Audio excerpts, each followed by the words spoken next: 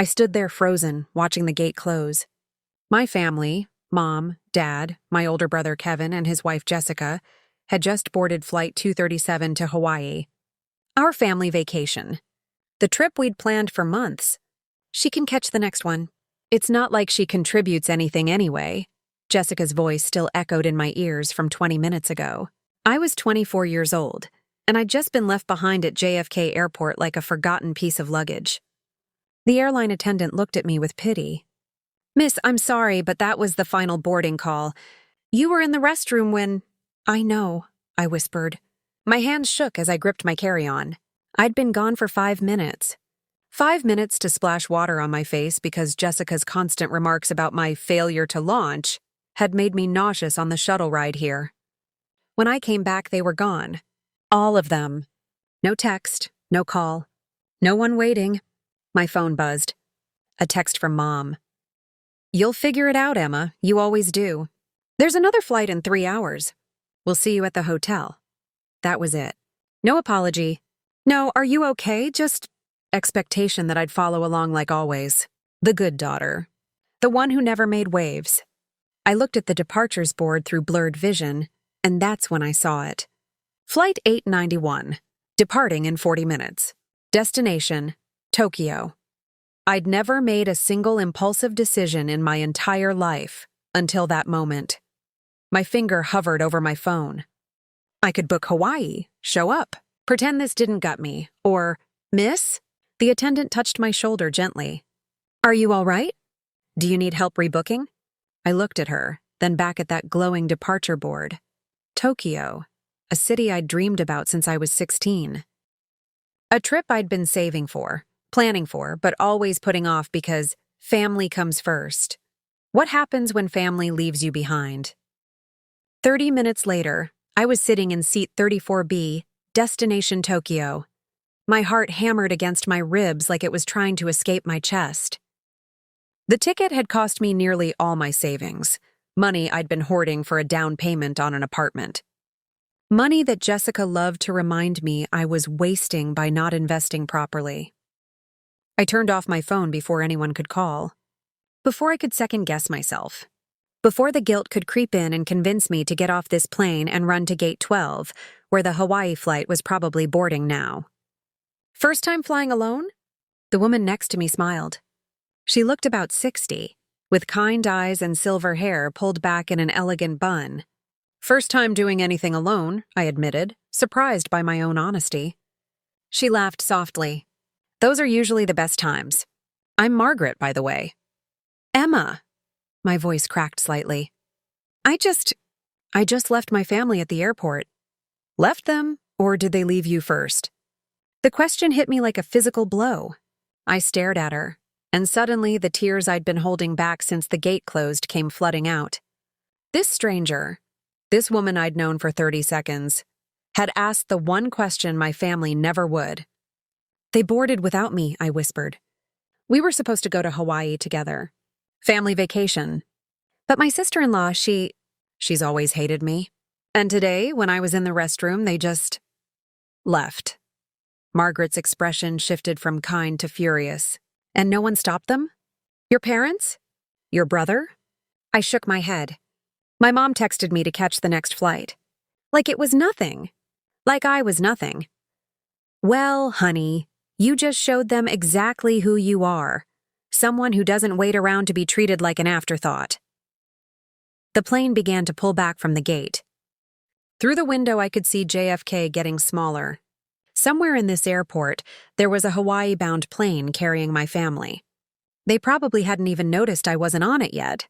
Margaret squeezed my hand. "Do you have a place to stay in Tokyo?" "No," I admitted. "I don't have a plan. I don't have anything except this ticket and a credit card that's about to cry." She smiled mysteriously. "Then it's a good thing you sat next to me." What did that mean? 14 hours later, we landed at Narita International Airport. My phone had been off the entire flight, and the weight of what I'd done was starting to settle into my bones. I'd actually done it. I'd flown to Japan, alone, without permission, without a plan, without telling anyone. "Come on, dear," Margaret said. leading me through customs with the confidence of someone who'd done this 1,000 times. My daughter lives in Shibuya. She's been begging me to visit, and I think she'd love to meet you. I can't impose. Emma. She stopped walking and looked at me directly. When was the last time someone took care of you? The question made my throat tight. I couldn't remember. Since graduating college 2 years ago, I'd been living at home, working a job I hated, saving money, being the responsible one while Kevin and Jessica bought their dream house and took weekend trips to the Hamptons. My parents praised them constantly, Jessica especially.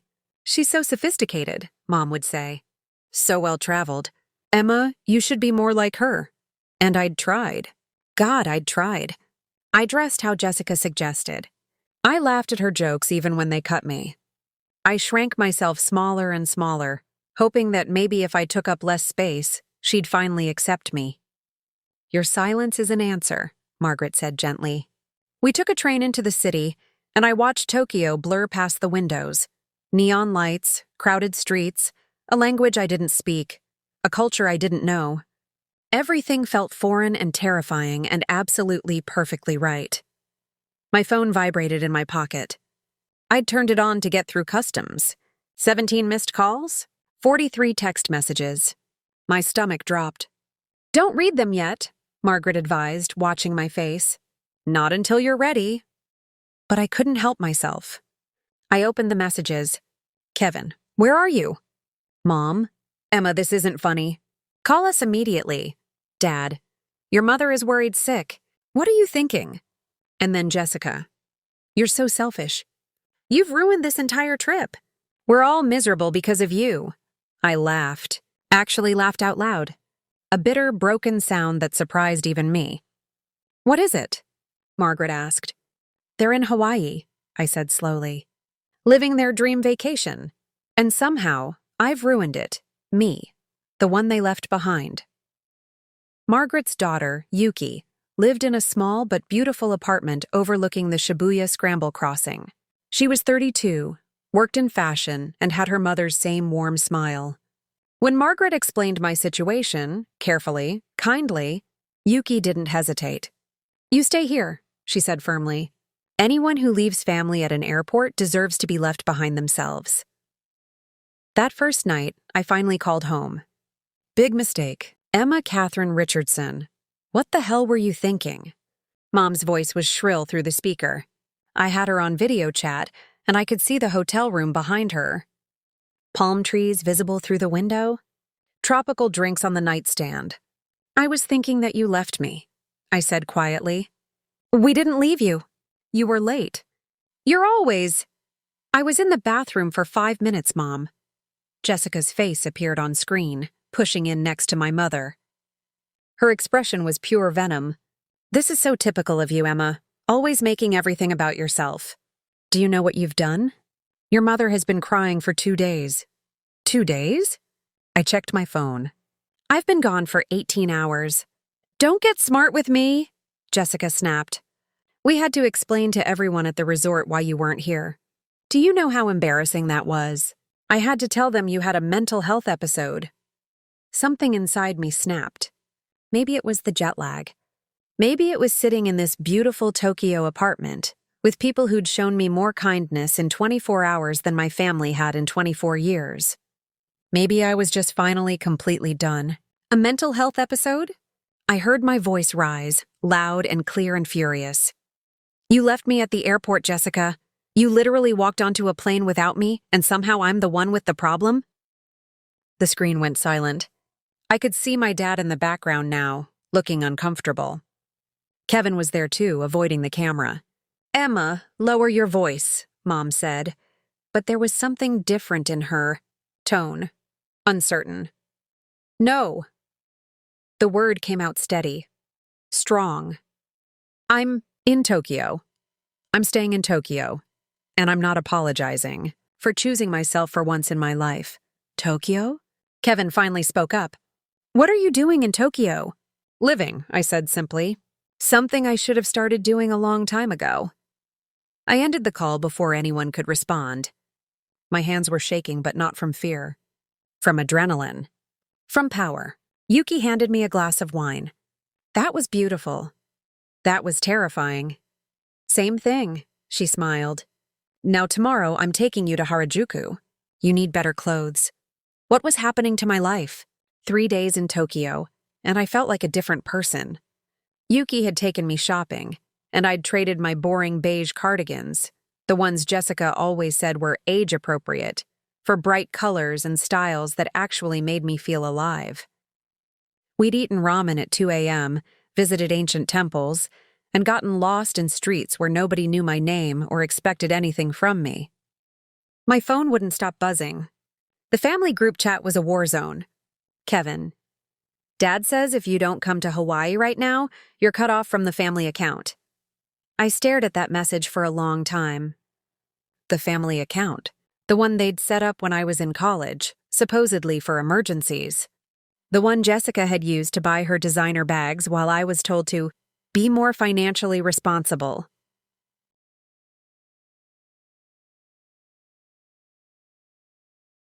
I typed back, "What family account?" The one I've never been allowed to touch? The typing bubbles appeared, then disappeared. Then appeared again. Finally, Mom responded, "Emma, you're being dramatic. We're trying to have a nice vacation, and you're ruining it from across the world." Good, I whispered to my empty phone screen. That afternoon, Yuki took me to meet her friends at a cafe in Shimokitazawa. There were 5 of them, artists, photographers, a musician. They were vibrant and loud and asked me questions about myself that nobody back home ever had. Not, what are you doing with your life? But what do you love? And what makes you feel free? I realized I didn't know how to answer because nobody had ever asked me before. I don't know, I admitted, sitting in that tiny cafe with strangers who felt more like family than my actual family ever had. I've spent my whole life trying to be what everyone else wanted. And what do you want now? Asked Kenji the photographer. I thought about it. Really thought about it. I want to stay here. At least for a while. I want to figure out who I am when nobody's telling me who to be. My phone rang. Kevin. I let it go to voicemail. He called again. And again. Finally, I answered. What? Emma, you need to come home. His voice was strained, tired. Jessica is... She's making everyone miserable. She keeps saying this is all your fault, and Mom and Dad are fighting about whether to cut the trip short. So cut it short, I said flatly. I'm not coming to Hawaii, Kevin. I'm not your emotional support sister anymore. That's not... He sighed heavily. Look, I know Jessica can be a lot. A lot? Kevin, she's hated me from the moment you started dating her. And you've never once defended me. Silence on the other end. Say something, I whispered. What would he possibly say now? You're right. Kevin's voice cracked through the phone. Emma, you're completely right, and I've been a coward. Jessica? She's been awful to you. I know that. But every time I tried to say something, she'd turn it around on me, and it was just easier to let her torture your little sister. I finished for him. It was easier to watch me shrink and disappear than to stand up to your wife? I'm sorry. He was crying now. Actually crying. In 24 years, I'd never heard my brother cry. I'm so sorry, Emma. When you weren't on that plane, I thought maybe you just missed it. But then I saw your face in my mind. How you looked when Jessica said that thing at the airport. And I knew. I knew we'd left you behind, and I did nothing. I sat there in the Tokyo cafe, surrounded by people who barely knew me, but had treated me with more respect than my own brother had in years. My hands were shaking. Where is she now? I asked quietly. At the pool. She doesn't know I'm calling you. She thinks I'm ordering room service. He paused. Emma, please, just tell me you're safe. Tell me you're okay. I'm more than okay, Kevin. I'm finally breathing. Before he could respond, I heard Jessica's voice in the background. Who are you talking to? Kevin? Kevin, are you on the phone with your pathetic sister? The phone rustled, shouting. Then Jessica's voice came through, crystal clear and dripping with venom. Let me guess, you're calling to apologize? Jessica laughed. Begging us to forgive you for this ridiculous stunt? Well, Emma, it's too late. You've embarrassed this family for the last time. When we get back, you're moving out. Your parents and I have already discussed it. My entire body went cold, then hot with a rage I'd never allowed myself to feel before. My parents and you have discussed it? I repeated slowly. You mean you've discussed it?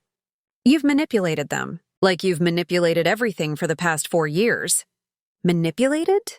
Jessica's voice went shrill. I've saved this family. Before me, Kevin was going nowhere. Your parents were coddling you both. Someone had to be the adult. Yuki was watching me carefully. She mouthed, "Want me to hang up for you?" I shook my head. Something was building inside me. Something that had been buried for too long. Jessica, I said, my voice steady and clear. I need to tell you something important. She laughed. What? That you're sorry? That you'll come crawling back? No. I need to tell you that I know. The line went silent. Completely silent. Know what? Her voice had changed. Uncertain now. What did I know? I didn't know anything. Not really. But the way Jessica's voice had shifted, from confident to afraid in half a second, told me everything I needed to know. There was some secret she'd been hiding. Emma, know what?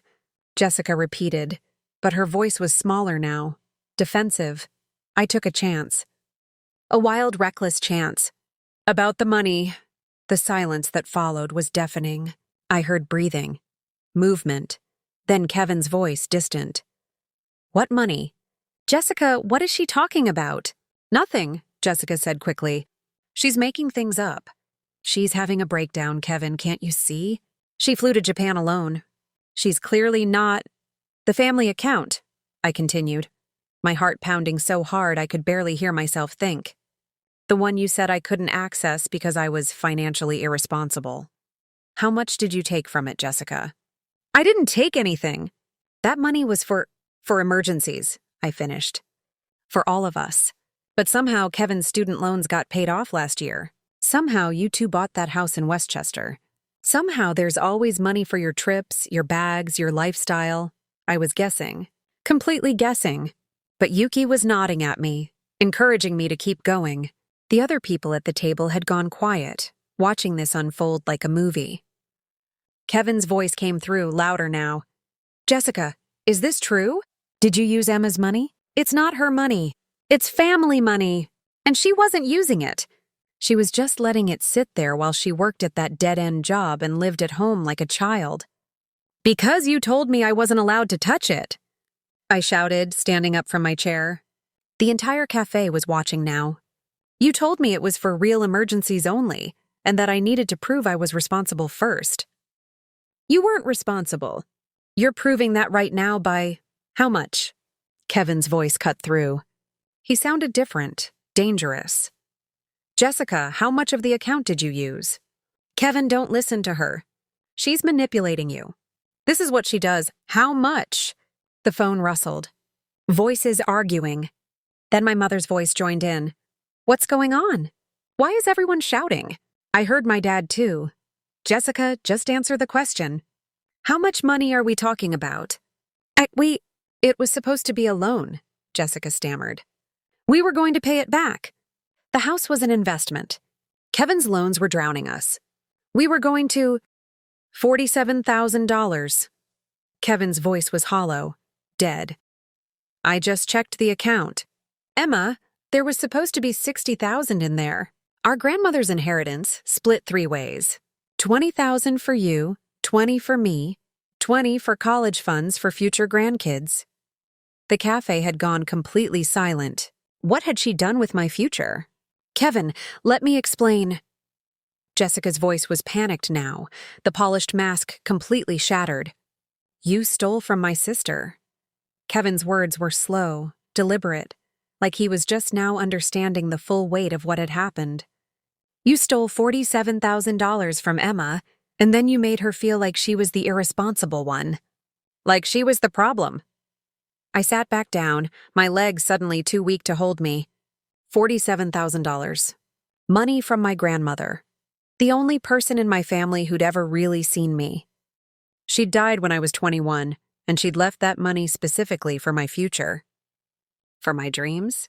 And Jessica had stolen it. It wasn't stealing. Jessica shrieked. It was borrowing. We were going to pay it back. Emma wasn't doing anything with her life anyway. She was wasting it. She was saving it. My mother's voice came through, quiet but sharp as a blade. She was being responsible. And you... Mom's voice cracked. Oh God, Jessica. What have you done? What I've done? Jessica's voice turned vicious. I've held this family together. I've made something of Kevin. Before me, he was a nobody. Emma's always been jealous of what we have. What you have with my money? I screamed into the phone. Everyone in the cafe was staring, but I didn't care. I didn't care anymore about being quiet or polite or small. You took my grandmother's gift to me and you used it to build your perfect life while making me feel like garbage for not having anything. Emma, my father started. No, Dad. No, you don't get to Emma me right now. You let her do this. All of you let her treat me like I was nothing. And when she literally left me behind at an airport, you told me to catch the next flight. Like I was the inconvenience. Like I was the problem. Yuki reached across the table and squeezed my hand. Her friends were all nodding, their faces angry on my behalf. These strangers believed me more than my own family ever had. We're coming home, my mother said firmly. Right now, we're cutting this trip short. Jessica, you're going to fix this. You're going to... I'm not going anywhere with you people, Jessica shouted. You're all insane. Emma's turned you all against me with her lies and her manipulation. The bank records don't lie, Kevin said, his voice ice cold. I'm looking at them right now. Every withdrawal. Every transfer. It's all here, Jessica. All of it. A sound came through the phone, something breaking. Glass, maybe.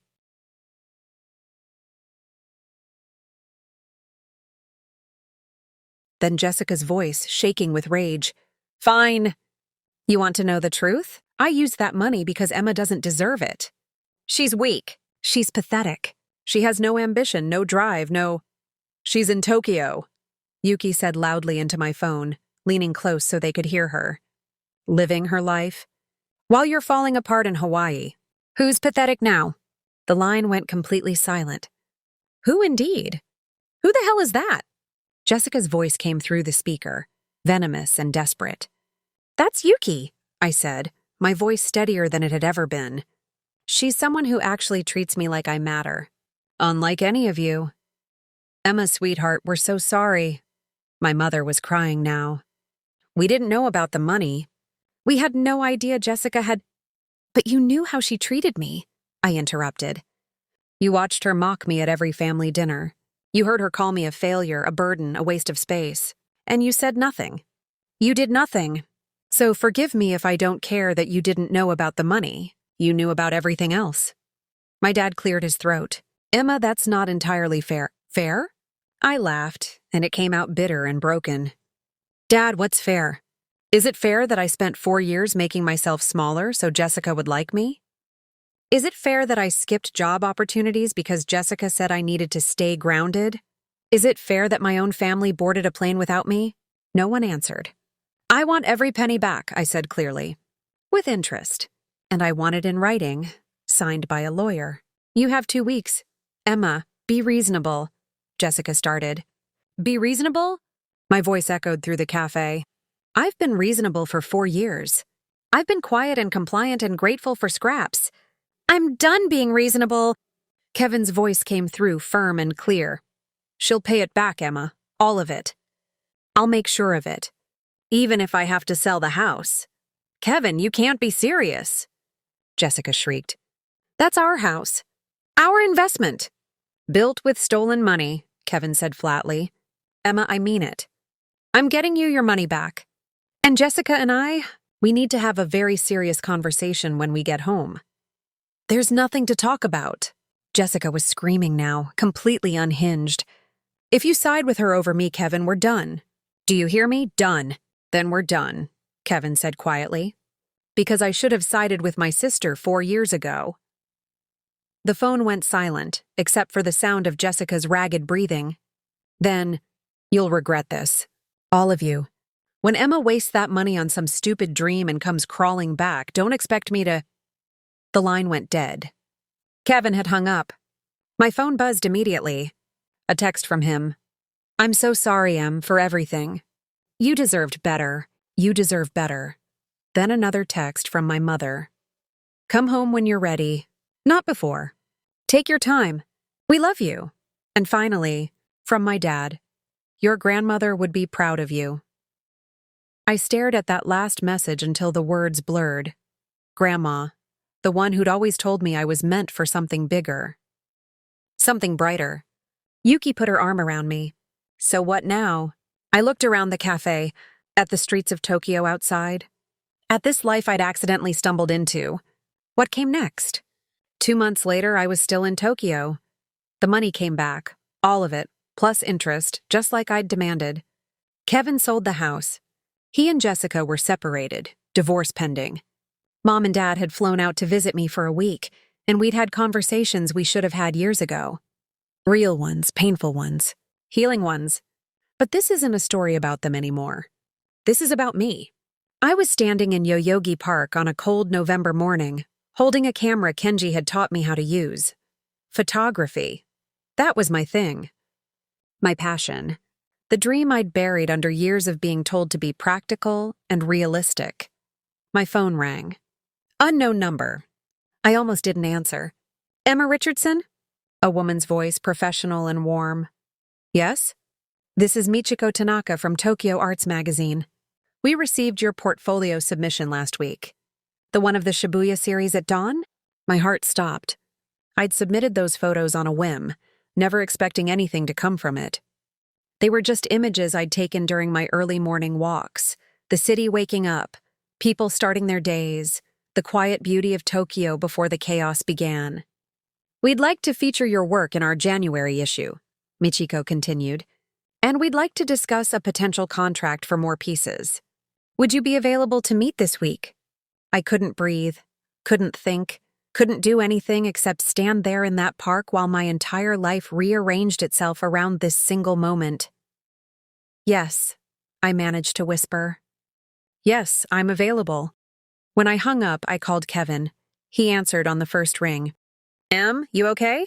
I just got offered a contract with a Tokyo Arts Magazine, I said, my voice shaking. For my photography. Emma! Oh my God, that's incredible. I'm so proud of you. Kevin, I need to tell you something.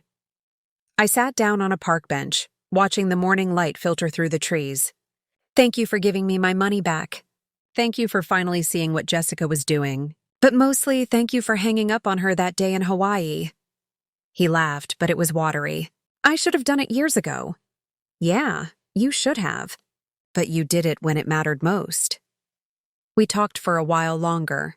He told me he was in therapy, that he was learning to set boundaries, that he missed me but understood why I needed to stay away for now.